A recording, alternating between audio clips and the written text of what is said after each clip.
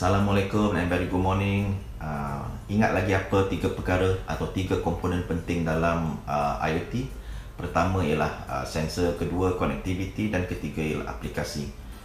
Apabila kita menghantar sesuatu data daripada sensor sehingga ke aplikasi itu, ia akan melalui beberapa protokol, dan protokol ini kita hendaklah fahami dengan betul-betul.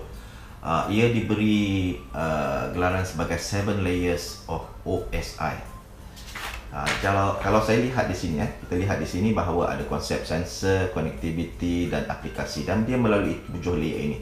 Layer pertama yang dipanggil physical layer, kedua data link, ketiga network, keempat transport, kelima session, keenam presentation, yang ketujuh ialah application.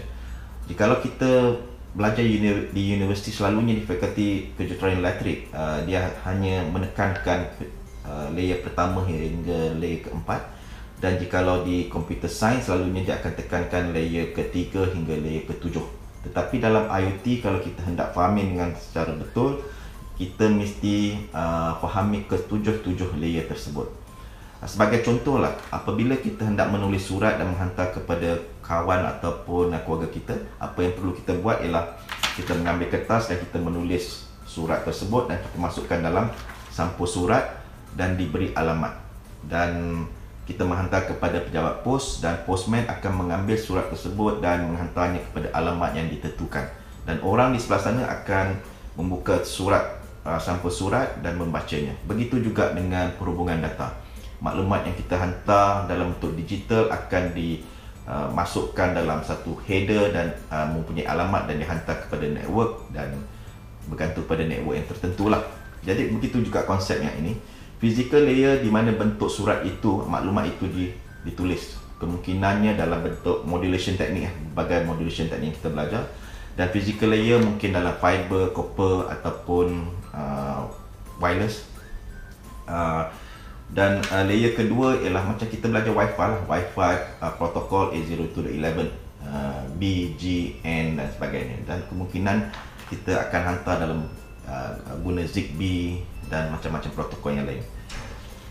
Network adalah yang selalunya kita pelajari ialah bentuk dalam IP, dan dia akan digabungkan dengan transport, itu yang dikatakan TCP/IP.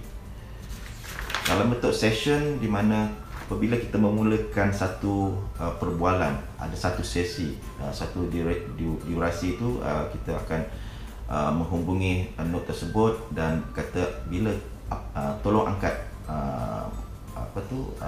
menjawab panggilan tersebut, dan kita akan bercakap antara satu sama lain dalam sesi yang tertentu dan akan ditutupkan. Selalunya macam dalam voice IP lah.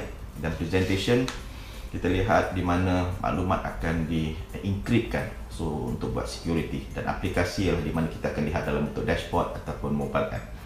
Ini adalah konsep yang amat penting dalam perhubungan data, dan InsyaAllah di lain hari kita akan lihat apakah yang dimaksudkan 7 layer ini digunakan dalam IoT tersebut. Terima kasih.